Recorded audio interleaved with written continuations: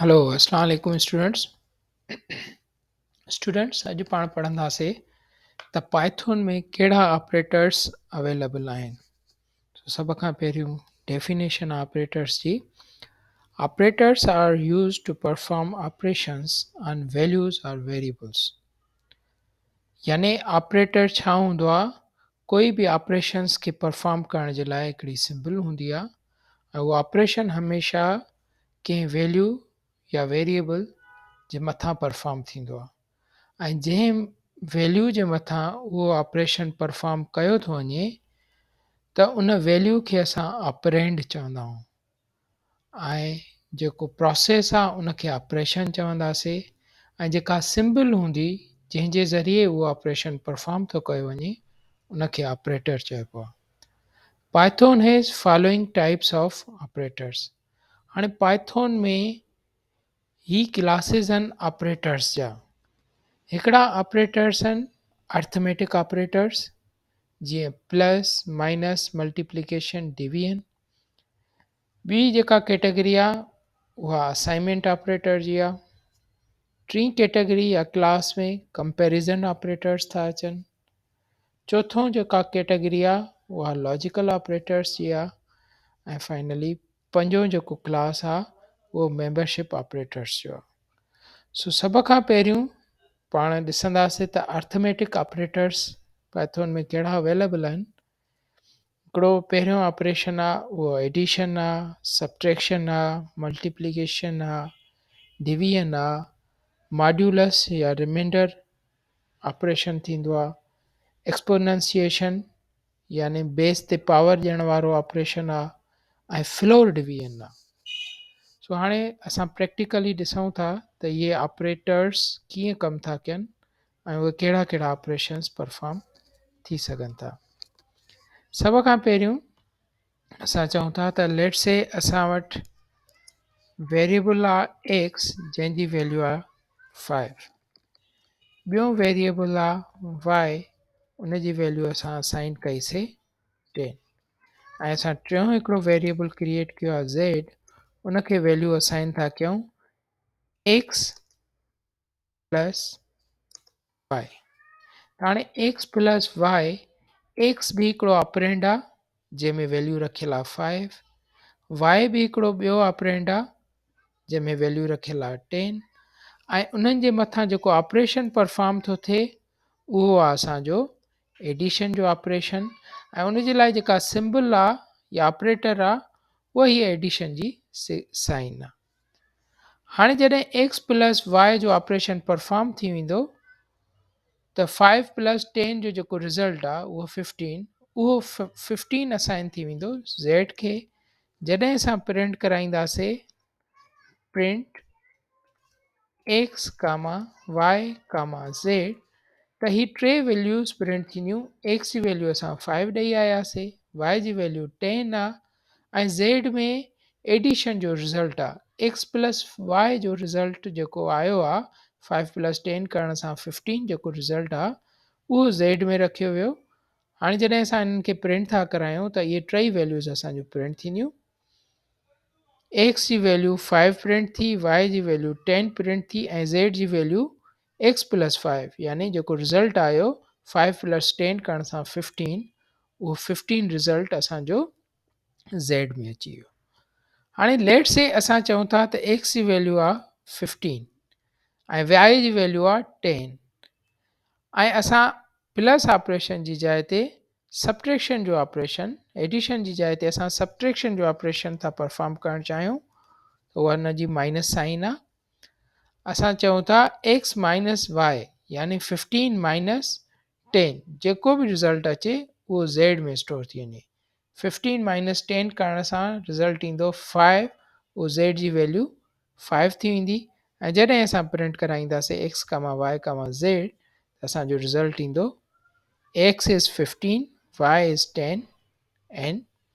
Z is 5, छो त x minus Y 15 minus 10 करण सां जेको रिज़ल्ट आहे उहो 5 आयो जेको ज़ेड में स्टोर थी वियो। हाणे इहो असांजो सब्ट्रैक्शन या माइनस वारो ऑपरेशन। इन खां अलावा पाइथन में असांजो मल्टीप्लिकेशन ऑपरेशन आहे जंहिंजे लाइ असां वटि सिंबल आहे स्टार हाणे जॾहिं असां चयोसीं त एक्स जी वैल्यू 15 आहे ऐं वाई जी वैल्यू 10 आहे ऐं इन्हनि जी पाण में मल्टीप्लिकेशन कंदासीं स्टार सिंबल जे ज़रिए त 15 इंटू 10 150 थी वेंदो त 150 स्टोर थी वेंदो ज़ेड में जॾहिं असां प्रिंट कराईंदासीं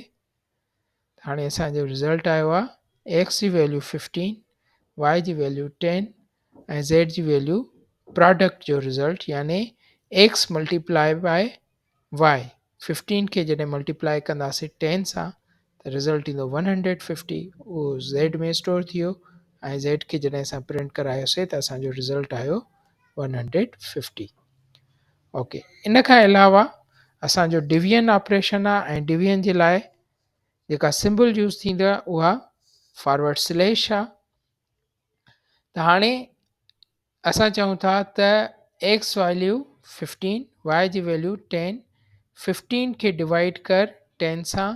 त असांजो रिज़ल्ट अचणु खपे 1.5 जेको स्टोर थी वेंदो ज़ेड में ऐं जॾहिं असां इन्हनि खे प्रिंट कराईंदासीं एक्स कमा वाई कमा ज़ेड खे त प्रिंट थींदो एक्स जी वैल्यू 15 वाई जी वैल्यू 10 प्रिंट थी ऐं ज़ेड जी वैल्यू 1.5 जेको डिवीजन जो रिज़ल्ट आहे छो त 15 खे जॾहिं 10 सां डिवाइड कंदासीं त असांजो आंसर ईंदो 1.5 सो ही जेका स्लैश ऑपरेशन आहे स्लैश ऑपरेटर आहे इहो असांखे फ्लोर डिवीजन सॉरी असांखे फ्लोटिंग पॉइंट में रिज़ल्ट ॾींदो आहे जेको 1.5 आहे इन जी जाइ ते हिन सिंगल स्लैश जी जाइ ते असां वटि हिकिड़ो ॿियो फ्लोर डिवीजन जो बि ऑपरेटर आहे जेको डबल 2 टाइम्स असां स्लैश ॾींदासीं त हाणे एक्स खे डिवाइड कयो वेंदो वाई सां ऐं जेको रिज़ल्ट आहे उहो ज़ेड में रखियो वेंदो पर जेको रिज़ल्ट ईंदो उहो फ्लोर डिवीजन जो रिज़ल्ट आहे यानी जेको रिज़ल्ट आहे उहो असांखे इंटीजर नंबर में मिलंदो यानी डेसिमल पॉइंट खां बाद वारी वैल्यू ट्रंकेट थी करे मिलंदी हाणे तव्हां ॾिठो त असांखे ज़ेड जो रिज़ल्ट आयो 1 एक्चुअली जेको रिज़ल्ट अचणु खपे उहो आहे 1.5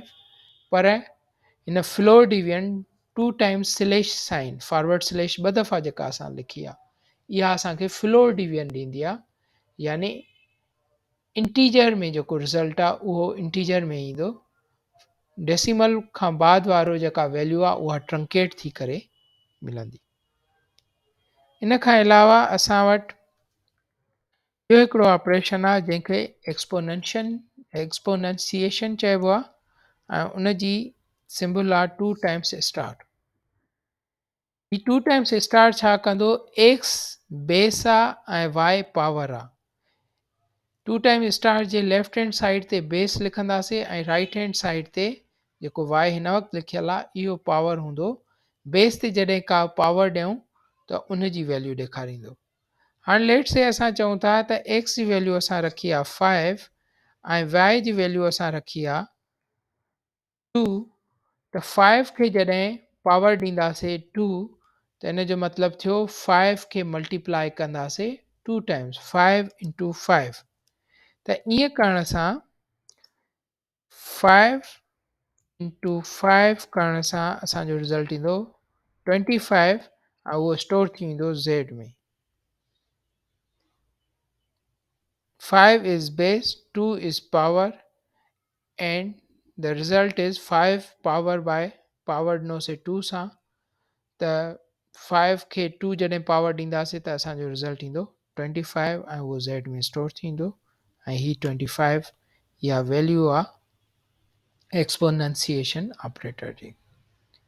इन खां अलावा असां वटि हिकिड़ो ऑपरेटर आहे जंहिंखे असां मॉड्यूलस ऑपरेटर चवंदा आहियूं ऐं उनजी सिंबल आहे साइन ऑफ एक्सक्लेमेशन ही मॉड्यूलस ऑपरेटर छा हूंदो आहे इनखे असां रिमाइंडर ऑपरेटर बि चवंदा आहियूं ऐं इहो असांखे रिमाइंडर आफ्टर डिवीजन रिटर्न कंदो आहे यानी अगरि असां हिनखे चऊं था त एक्स 5 जंहिंजी वैल्यू 5 आहे 5 खे डिवाइड कर 2 सां 5 खे डिवाइड कर वाई सां यानी 5 खे डिवाइड कर 2 सां ऐं डिवीजन खां पोइ जेको रिमाइंडर अचे 5 खे जॾहिं असां 2 सां डिवाइड कंदासीं त असांजो रिमाइंडर ईंदो 1 उहो रिमाइंडर स्टोर थी वेंदो ज़ेड में जेकॾहिं हाणे असां ॾिसूं त x जी वैल्यू 5, y जी वैल्यू 2, 5 खे डिवाइड कंदासीं 2 सां त मॉड्यूलस ऑपरेटर रिमाइंडर ॿुधाईंदो आहे। मॉड्यूलस ऑपरेटर चए थो त जॾहिं 5 खे डिवाइड था कयो 2 सां त जेको रिमाइंडर आहे उहो 1 उहो स्टोर थी वेंदो z में, ऐं जॾहिं असां प्रिंट कराईंदासीं z जी वैल्यू त हीअ असांजो रिमाइंडर ॿुधाए थो। अहिड़े ई तरीक़े सां जेकॾहिं असां चऊं था त 5 खे डिवाइड कयो वञे 3 सां, त 5 खे जॾहिं असां 3 सां डिवाइड कंदासीं इंटीजर टाइम्स त असांजो जेको रिमाइंडर आहे उहो 2 ईंदो ऐं उहो 2 स्टोर थींदो z में। त 5 खे जॾहिं असां डिवाइड कयोसीं 3 सां त रिमाइंडर 2 आयो जेको z में स्टोर थी वियो। सो स्टूडेंट्स अॼु पाण अर्थमेटिक ऑपरेटर्स पढ़ियासीं, जंहिंमें addition, subtraction, multiplication, division, floor division, exponential ऐं मॉड्यूलस ऑपरेटर पढ़ियासीं। सो हाणे नेक्स्ट क्लास में के ॿिया ऑपरेटर्स पढ़ंदासीं। That's all for today.